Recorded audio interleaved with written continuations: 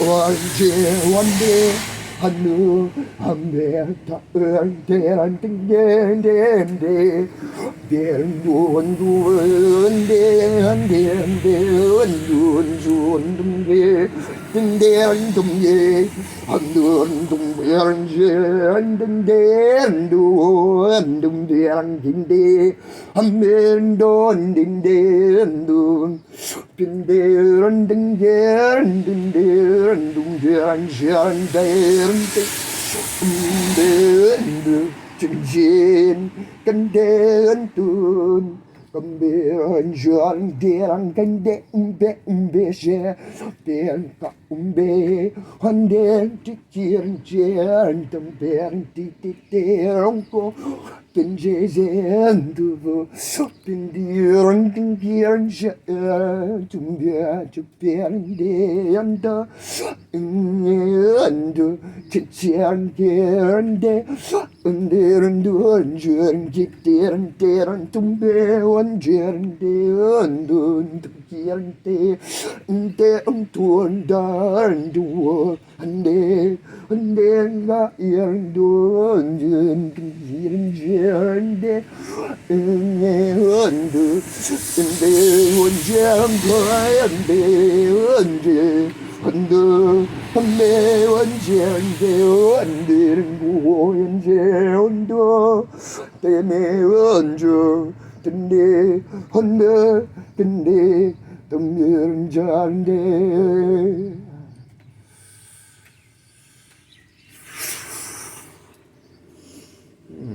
Hi. Hey. How are you? Greetings, Stephen. Ryan. What were you singing? Oh, it's language of the moment.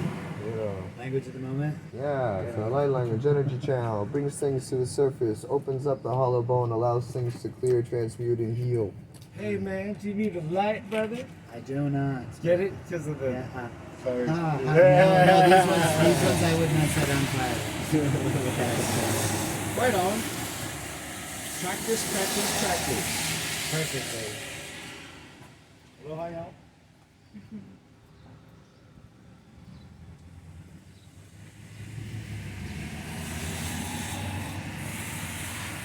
How are you, Mr. Breeze? Working on it. I've been better.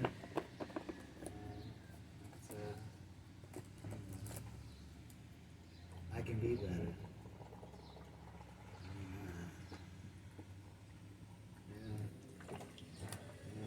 Better than what?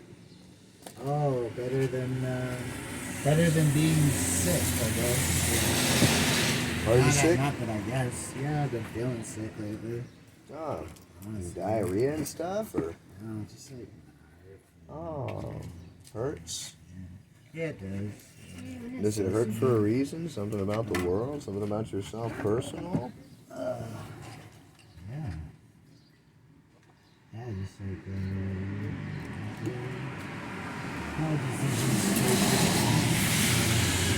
experiences that how that I haven't really quite fully been able How you guys doing? Like those experiences you talked about last night? to No. Oh, other experiences. Yeah, other experiences. Like choices and decisions that I've made in order to stand up and make a statement, kind of like be heard in a way that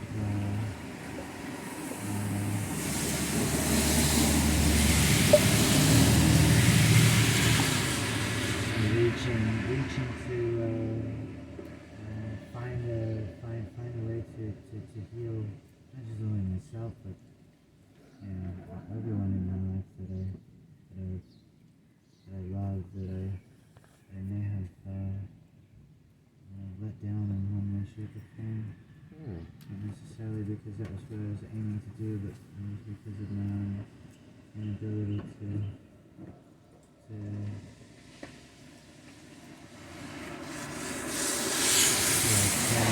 care for myself. I love myself in a way that allows me to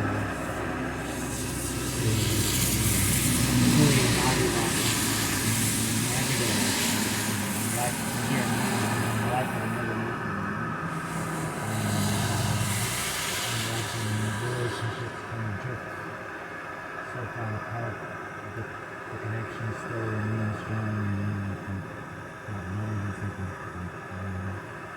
needing to connection, trying to reel it all back in, reel it back into a place of feeling at home.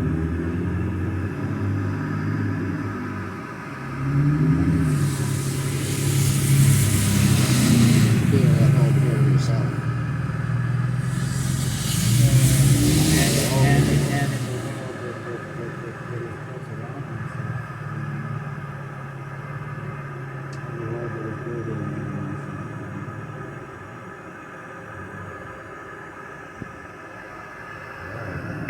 With a righteously pure and perfect home right here. Never seen anything realistically in the mirror. Everything here will be your greatest home.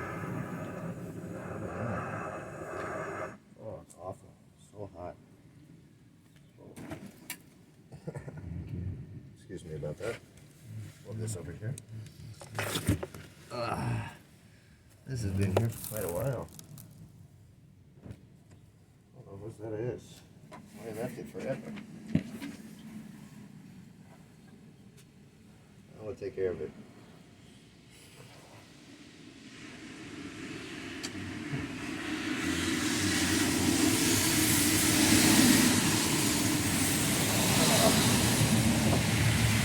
And the pot runneth over.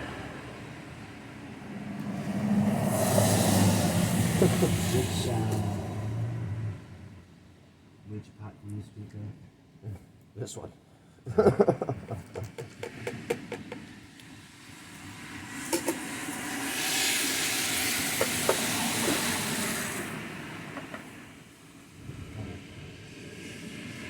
Yeah, not to be sent in the world. Yeah, forgive ourselves. If we want forgiveness from anything, nobody will ever be able to show us anything in the mirror of ourselves except for what we are ourselves giving to ourselves, and has to show us the truth of what we're doing. It's the only way to provide us the agitation to grow and move into the center of our being. Otherwise, we'll always be complacent. Oh, I feel good here. Completely satisfied with the illusory mirror. We have to always steer clear into the direction of our heart, obvious. And so unless we can come center whole here completely, actually, no judgment of everything here, no judgment of everything here. Seeing ourself, our whole path is perfect. Our self is perfect. The whole of this mirror perfect. The view, perfect. Everything's perfection, absolutely. It seems like you've experienced this kind of awareness in some manner. You've experienced huge amounts of awarenesses. But it's not just in the subtle bodies that these things are true. It is to come down and integrate all the way here. You see, we don't always see that all of this is part of the same tree, Just because it comes from up here does not mean it is not the same down here. You see, there's no difference between this. This is one Sephiroth, this is another Sephiroth, but they are all one, you see. They make the tree. Without this, you cannot have the tree. Without this, you cannot have the tree. Without any of these pieces, you cannot have the tree. And we're right here. It's not separate in any way. It's the ground of being. Right here, we're in the middle way. We're in the heart of all. We're where the male and the female meets completely wholly in the golden mean, the phi ratio, the center of the Fibonacci sequence. Right here, the center of the toroidal field. All of us, the bridge between the heavens and the earth. Each one of us, the flame, the jewel that is in the lotus, the flame that is in the heart. Om Mani Padme Hum. This is true for every single being right now. But the only difference is the way they perceive themselves to be. They perceive their path. They perceive other people's paths. They judge themselves. They think they've made mistakes. But they have made no doing themselves. No, they have not. Pure awareness has done something. Themselves, as who they really are, has done something. But not some ego fallibility has not done anything. Everything cannot move in a way of imperfection. There's no two things. You don't understand what it would mean for a giant, massive, solid object or a very tiny little object to still move in a multiplicity that gives you this amazing, vast experience. But how could it do it if it's one thing? How can this car move when there's a sea of solid object around it? Only if every one of those things move with it. That's right, in great unison. Only in the most amazing harmony. When the spin begun, we spun together as one. As the galaxies do spin, we still spin now as waves of energy here on this planet. As the airs do wind, or the winds do blow, as the sea does wave, we are waves this way, but different color. We embody reality. It's amazing the way we are the middle way embodied. It's phenomenal. But we cannot see it ourselves how we are enlightenment. Why? We don't have the ability to forgive ourselves, accept ourselves, see that it's okay. We were learning. All of that was the perfect path, the only possibility for our learning. There's the path of least resistance. There was no avenue for motion left or motion right because you're not separate. You only had avenue for your body to move through there with your energy.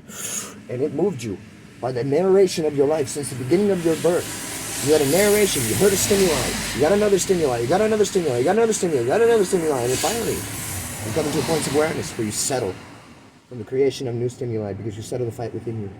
You begin to accept yourself, your experience, your everything. Now everything starts to center real easy, real simple. Oh, I'm just coming deep. Acceptance is the most easy thing in the world. We accept ourselves, that'll be the last way to settle. Oh, to settle. We allow ourselves to finally express ourselves authentically. Have you ever liked to dance? Is it scary? You can dance. It's amazing. It's so freaking phenomenal. It's insane. Because people simply haven't moved in certain ways, and so their neural passageways have not opened in certain manners to give them certain expansive qualities, templates of growth, algorithmic patterns in which to catch energy. They have not understood the full body mudras in which catch, like antenna, everything passing by, and also open and unlock, like keys and doorways, just to sit in a position. People hold positions forever trying to create a forceful situation of enlightenment. They don't have to actually rest in a singular position one time ever. They've already made it through that posture. They could make every other posture possible, and they would constantly, just through the movement of a new direction, open their consciousness. It's a very simple thing. You can do this also with your voice. You're a great expresser yourself. You're a wonderful teacher of impeccability and how knowledge can actually be attained through direct experience. Like we know there are sidewalk pieces here, or at least we know that there's something we could describe that commonly as that. We could count them commonly, and then we could say, oh, I know this information to at least a certain layer of intention within consciousness. And so also too for our direct experience in past.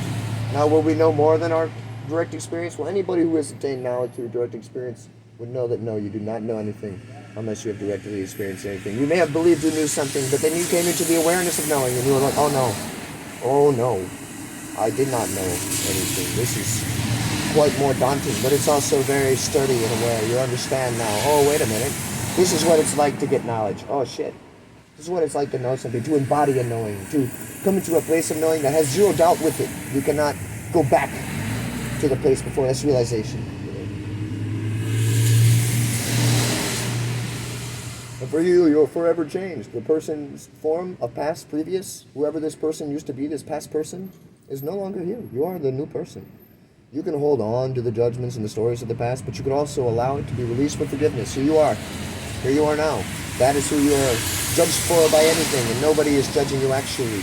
Maybe people seem to be reflecting to your judgment, but it would only be reflecting your own judgment. Once your judgment is free, you will not have any more of this reflection in the mirror of consciousness. So every time we see something like, why is this thing doing this to me? Well, actually, no. It's a beautiful Buddha embodied, the wisdom teacher. It's showing you what you can see in which to accept yourself more truly, to come into yourself more greatly. A lot of it is gateways of authenticity, allowing you to express yourself authentically to something, because it's very hard for us to write the vocal passageway and just allow ourselves to be free.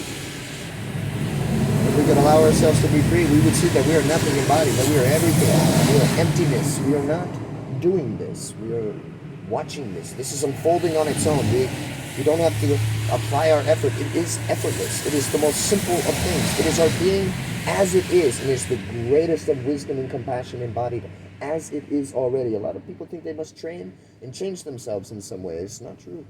They are already perfect. They could realize this if they want. They can accept themselves. They could look at themselves. They could see where they fight themselves, see where they judge themselves, see where they limit themselves, see why they've limited themselves, and they can apply acceptance and unconditional love to themselves. See that they are okay. It is okay. They can bind themselves, the judgment that they have had for themselves, and bind the world, the judgment that they have for the world in turn. Because as we give here, we give here. We reap what we're sowing. We sow the garden right here in our own self-judgment first, and then we do it out here.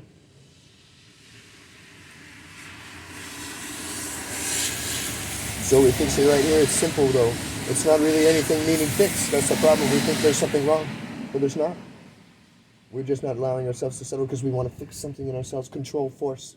But force always begets more force, so we fight forever. We reverberate forever. We go left to right, up to down. We always, but we're settling now. You know, we're just actually relaxing. Like, oh, wait a minute, I'm realizing something. I am, oh my goodness, I am all of this. Oh my goodness, I don't have to gain it. Wait a minute. As we rest into the present moment, we see how it unfolds and it shows itself to us. It helps us understand. It is ourself. It loves ourself. We give ourself to ourself by being there with ourself. Actually, this ourself authentically. We want to touch everything around us, but we're only responsible right here. And when we're really here genuine, we can be here genuine because we need nothing from here now no more. I'm not here taking from anything. I'm not over here for your validation. I'm not over here for your whatever. I'm over here just because I plan to be. I wish to be. If I don't wish to be, I will not. This is a freedom.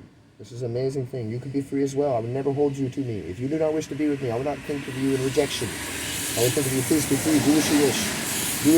Do as you will, whatever it is. Be yourself. Love yourself. I hope you can see that you are equanimity, that you are beauty embodied, that you are enlightened action, that everything around you is the same as you.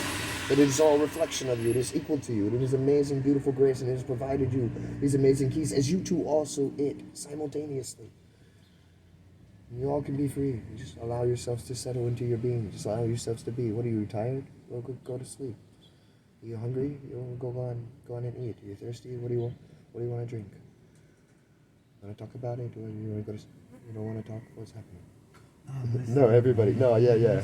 No, I'm also still just speaking. Yeah. I'm sorry. It did seem like because it got softer, but still, yeah. Really though, you know. You just be free. It's okay. It's all right. Oh, you're scared? That's okay. All right, we got you, buddy. You know, you're this. Oh, it's okay. You're sorry. You're doubtful. You're lonely. That's all right. We can accept those things. We can do those things. You see that when we accept the things within us, that they immediately become subject to the law of impermanence. They immediately change. The moment acceptance happens of any frequency, it's immediately no longer the same. But it has to be true, of course. We're not like accepting something to reject it, to shove it off. It's something that once you've accepted it, it's like it could be there with you forever, without any dissonance. It's like, yeah, that's it. That's who I am. I'm this forever. I'm depressed and lonely. I'm this. I'm that. It's the worst thing in the world. Okay, fine. That's me now. And that's the expression of an energy that never wished to be expressed before. But in a way, I'm not, because I haven't always been that way. Absolutely. And when I get done expressing, and I won't always be that way, but I am that way now, and I've got to do something to change it. And it's like finding the path that works well for me. You know, one that I understand and love fully too, not just like bits and pieces. You know, because I do that. It's like, you start with one subject, and you start with one lesson, and you start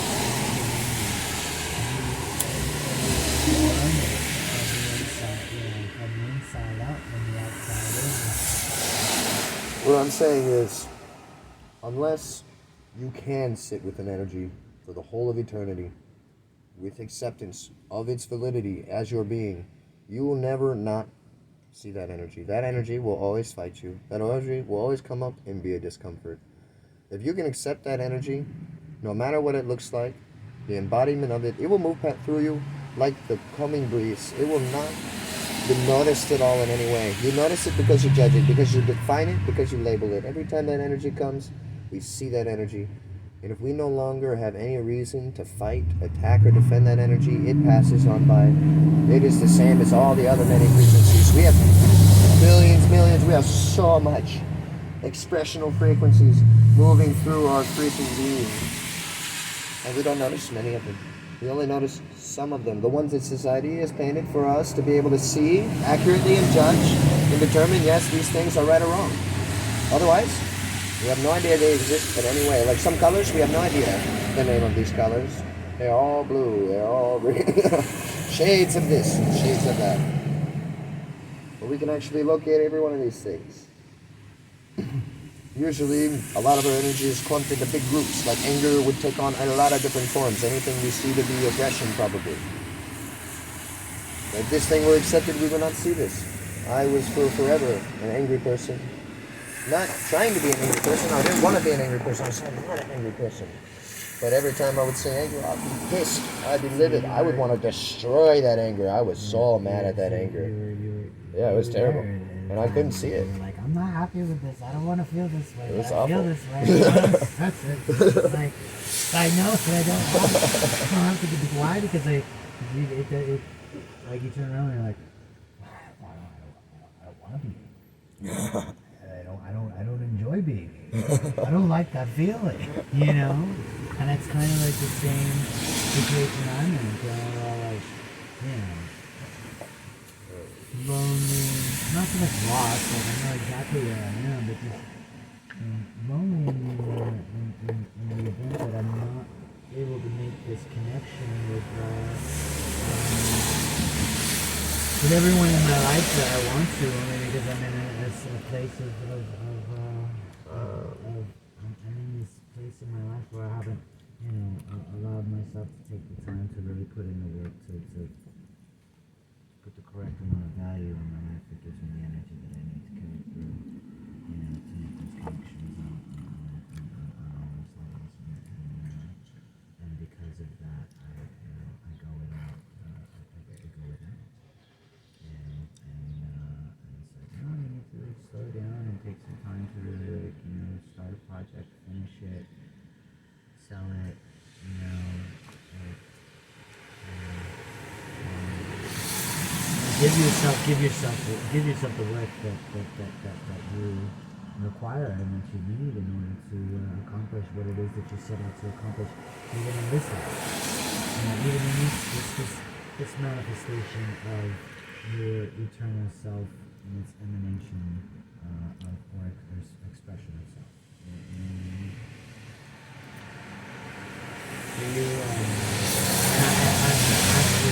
Maybe I see this because it is kind of it is a source of my own suffering. Are you? Have either of you parented children? Yeah. Yes. Well, remember we parented it.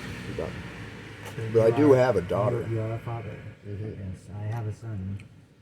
He's 14. And, I was 12. Yeah. He's in New York, and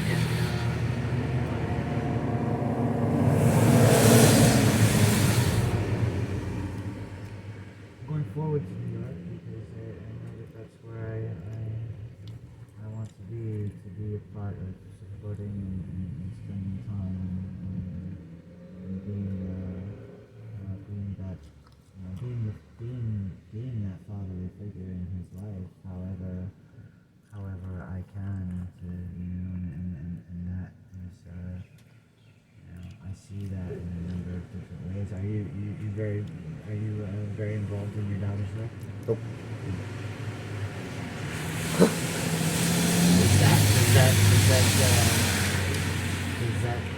Is there a sense of like, you know, disconnect that you feel like there's a responsibility or a role that you have that you're not filling because of that, because you're not involved in life? No. You don't? See, No. I do. I have that and I can't shake it. No. I can't shake it. Yeah, I had this societal programming thing go on, but well, it wasn't possible for me to have a choice but to shake it. Life didn't give me choices. I didn't have resources in which to fight for myself in any manner. I didn't have the confidence or the gumption to be able to fight with force in any way. And so when somebody would be right over me, I'd just bow my head. You know. And that's how she was. She took her, and she moved away, and then she'd call, and we'd be like, okay, everything's going to be good, and then she would move away and change her number, and nobody would know. And this would happen again and again, but I was a defeated person. I couldn't handle this. This was a torturous thing. This was an evil that was happening to me, it felt like at the time. I couldn't deal with that. My heart was destroyed always. I'd wished to die all my life, and this constant, you can, but you can't, you can, but you can't, the hope and then failure and the hope and then failures. I completely quit on that. You know, that was going to kill me. So I had to let that go. It was the only possibility. There's no way that I was going to be able to force myself into any kind of situation. So I succumbed to my situation. And then later, I would find that there was good cause for that. You know, as it turns out, I'm a very loving and loyal individual. And so attachment is extremely difficult for anybody to transcend. Attachment to their family, their friends, their life. You know, attachment is the reason for duality, or the reason for suffering, the cause of all suffering for every being entirely. So your daughter, your son, your anything, your whole family, why are they suffering? Attachment. Why is anybody suffering? Attachment. They say in the Dharma, treat your attachments as poison. Because they are. They will kill you. It's like, holy shit. For all eternity, they'll make you a finite consciousness form. It will be a very confusing, forever perpetuation of your own personal suffering and everything around you having to reflect that to you. It's like a hell in a way. But here we actually sit as the cursed and the blessed. And so it's funny, the two sides of the coin. You just flip it over. There you go. Equanimity, non-duality. How do you get rid of everything? How do you help your daughter most? How do you help your family most? How do you help the world most? How do you help yourself most? But to realize your consciousness and liberation. By being there for each Oh yeah, you can do that. That's what everybody says. So they're all there with each other, suffering together, never being free from it. It's crazy. It would make no sense, right? Why suffer with everybody? Suffering together? Yeah, isn't that I'm fun? just walking by and you just blew my freaking mind. We are all suffering together. Is that what you were talking about? I didn't want to interrupt. I just heard what you said. I was like, what? Yeah, I'm talking about everybody suffering together, It's true. but wishing to suffer together. But we don't have to continue suffering together.